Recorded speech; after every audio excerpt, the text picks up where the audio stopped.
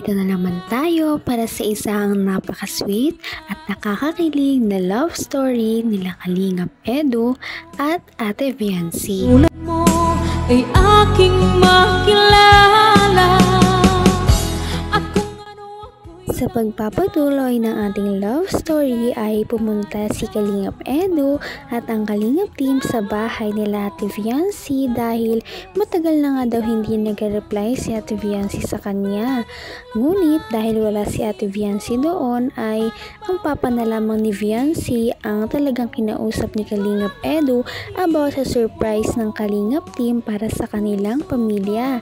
Dahil noong araw na yun, sinabi ni Kalingap Edu na ang kanilang lupa ay madadagdagan pa. Malaki na ang kanilang lupa, ngunit sabi ng mga sponsors na gusto pa nila itong dagdagan para naman mas malaki ang sakop ng kanilang bahay at talagang worth it itong tirahan para kay Viancy at ng kanyang pamilya. Kaya sinundo ni Kalingap Edu ang papa ni Viancy papunta sa kanilang site. At ito na nga ang mga nangyari sa pirmahan. Bayo, sinisimula na pala. Oo. Bili out na pala. Okay lang po. Sinisimula na pala, Kuya Kam. Ha? Sinisimula na po pala. Bale, yun nga, pinaano kita kay Eds kasi ito pong isang lupa ay kukunin na rin natin. Ano? Dahil yan kay, sa mga sponsors natin, kay Tita Ping. Thank you po Tita Ping, Mami Rexy, Sir Leo D, Tita Ana of Japan. Maraming salamat po sa inyo at sa lahat po na nagmamahal kay Viancy. Tara tayo, dito tayo. Ito sila Super Mac, Super Andoy, si Kenji. Kala ko siya na yun. Tayo? Pa pala. Okay ba tayo? At malaki ng bahay niyo tayo. Laking lupa tayo. Talaga namang nagulat ang papa ni Ate Viancy dahil noong makita niya na may progress na pala ang kanilang bahay dahil kaka-groundbreaking ceremony nga lang nila noong nakaraan at ngayon ay talaga namang sinisimulan na ang kanilang bahay.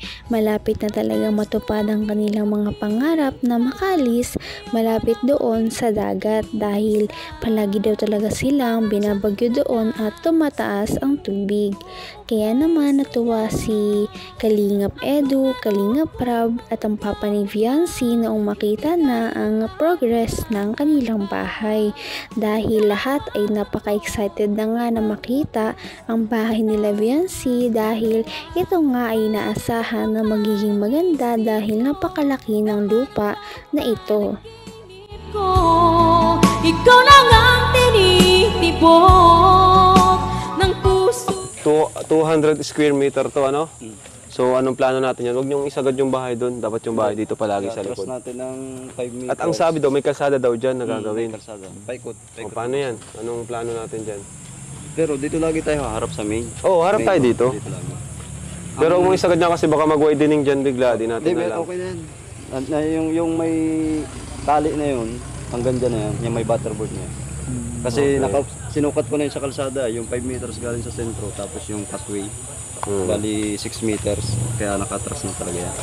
Tapos umatras ulit ako ng nasa 5 meters para sa tindahan na itatayo.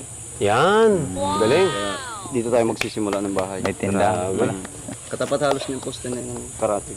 So, 200 square meters to. Pero yung sasagad mo doon sa likod, o may 1 meter lang? May pa rin dyan, may bakante pa rin dyan sa likod kasi kung ma-extend naman sila dun ba, okay na yan. Gigitna mo na lang? Oo, nakagitna. Grabe pala talaga ang plano sa bahay nila Ate Viancy. Ito talaga ay napakaganda dahil sobrang lawak. Dahil sinabi nila na gusto nila na magkaroon ng isa pang garahe at medyo malayo ito sa kalsada ng kaunti para kapag ka nagkaroon ng isang road widening ay hindi matatamaan ang bahay nila Viancy. Kitang-kita natin na lahat talaga ng mga trabahador at mga engineer ay talaga nagtatrabaho ng maingat at sigurado sila na magiging maganda ang bahay at talaga namang ito ay hindi binabara-bara at pinaghihirapan talaga ng bawat isa. Kaya naman makakasigurado talaga ang Kalingap team at ang pamilya ni Ate Viancy na maganda ang kalalabasan ng bahay na ito. Ngayon pa lamang ay excited na nga ang lahat na makita ang plano at ang magiging kalabasan ng bahay nila Ate Ate Viancy. Okay, tapos up and down siya. Up and down. Yun. Laki. Tay, congrats tay. Tapos kung isasagad natin ng islab yung garahe, mas lalaki din. Sasagad dito sa load yan. Basta't may Ano tayo? Sketch tayo kung ano yung magiging. 5 meters. Basta meron siya palagi yung... Saan lugar? Dito o sa kabila? Dito. Dito na lang. Ayun. Kasi malay mo, baka magka 4 wheels sila tatay. Hindi, yung tricycle, garahe ng tricycle, di ba? Ay, yung Pwede tricycle. maikakasin ng tricycle sa likod or sasakyan. Ayan. Kasi pasok siya eh. So yun mga kalingap, no, sinisimulan natin. Ito na, meron na agad ano. Okay, butterboard. Kanina lang po sila nag-start. Kanina lang. Bilis. Mm. Lalo na pag ano na siguro. Ayan. So, ito mga kalingap. Asan si babayaran natin yung another 100 square meter. Akan yung bag ko, kuya. Ano masasabi mo tayo at dadagdagan pa? Akala mo dati, ito lang 100 square meter, yun pero nga po eh. dalawa pa pala. Hindi ko akalain, dadagdagan pa pala. Napakalaki na nga talaga ng bahay na sasakupan nila Ate Viancy. Talagang hindi makapaniwala ang papa niya dahil dito. Dahil noong nakaraan nga ay noong nagkaroon sila ng pirmahan ng kontrata sa lupa ay surprise na talaga ang kanilang pamilya at napaka thankful na sila dahil dito. Ngunit talaga namang iba talaga magbigay ng grasya ang Panginoon sa kanilang buhay dahil kahit na hindi sila humihingi ng mga bagay na mas malaki pa dito ay talaga namang binibigay sa kanila at ito na nga ang mga binibigay ng kanilang mga sponsors at talagang pinalawakan pa ang kanilang bahay na medyo malaki na nga kumpara sa mga bahay ng ibang beneficiaries. Ay, Sabi bahay talaga sila na tatay, no? Para may malipatan lang. Napaka-humble talaga. Opo. Maraming salamat po sa mga nagbigay po ng tulong sa palupa. Kay Sir Leo di po, kay Tita Ping, Tita Ping, Tita saka Ana, Tita Ana Mami po, Rexy. Mami Rexy, kasi EDSI Global, Edsing Global po, KEGS, KEGS, Sir Lito. Sir Lito po, Yan. saka si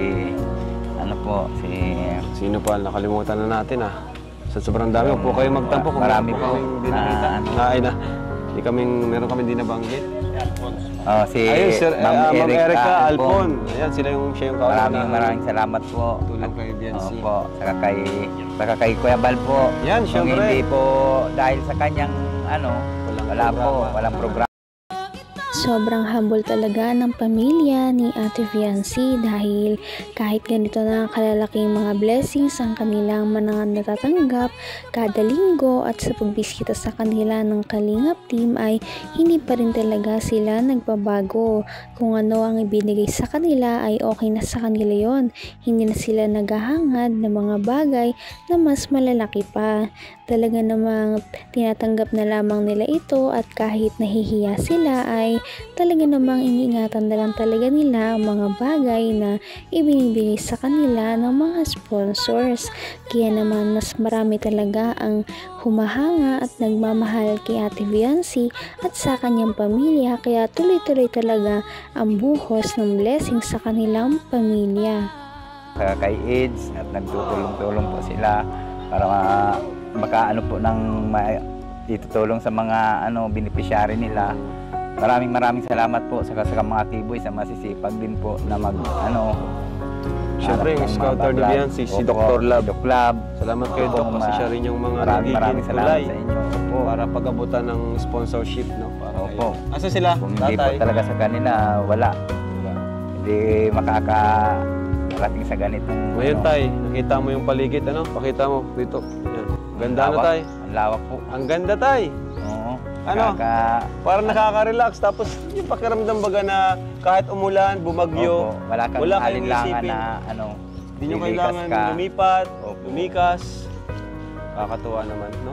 Oo, ganda po At ng dito. ito pa mga kalingap, at isa rin to sa inaabangan ko. At excited din po ako kasi isa ito sa magiging record breaking ng ating mga pabahay.